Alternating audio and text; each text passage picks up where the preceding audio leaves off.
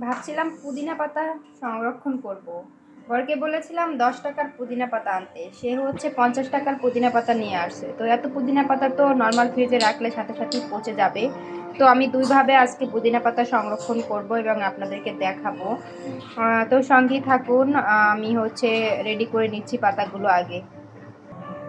আমার ডাটা থেকে পাতাগুলো আলাদা করা হয়ে গেছে। এখন আমি কিছুটা হচ্ছে নর্মাল ফ্রিজে সংরক্ষণ করব, বাকিটা ডিপে সংরক্ষণ করব। আমি একটা বক্সের মধ্যে টিস্যু বিছিয়ে নিয়েছি।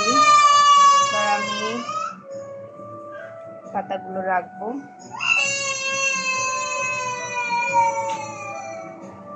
রাখি।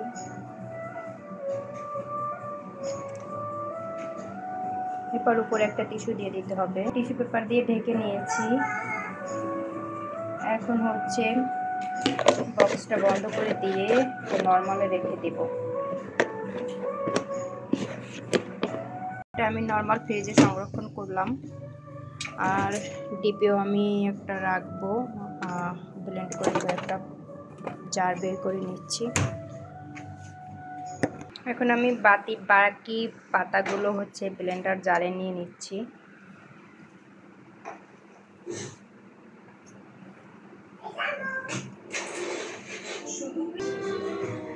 তো আমার ব্লেন্ডারে নেওয়া হয়ে গেছে। এখন আমি একটু পানি দিয়ে নেই এর মধ্যে।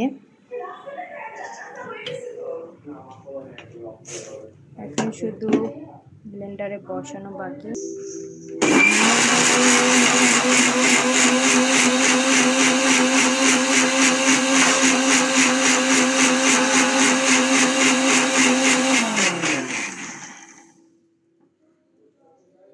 তো আমার ব্লেন্ড করা কমপ্লিট। এখন হচ্ছে আমি এখানে বোতলটার মধ্যে ভরে নিব।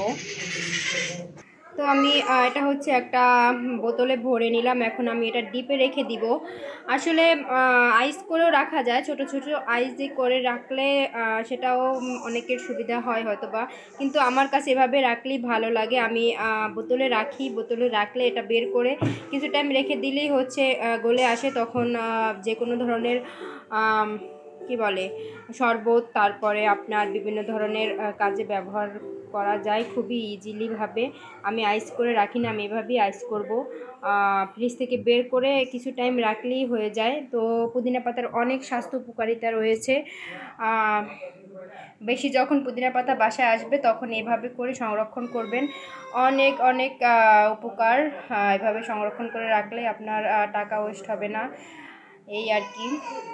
তো অনেক তো বকবক করলাম, সবাইকে শিখালাম কিভাবে পুদিনা পাতা সংরক্ষণ করতে হবে। তো থ্যাংক ইউ সো মাচ। আল্লাহ হাফেজ, টেক কেয়ার, বাই বাই।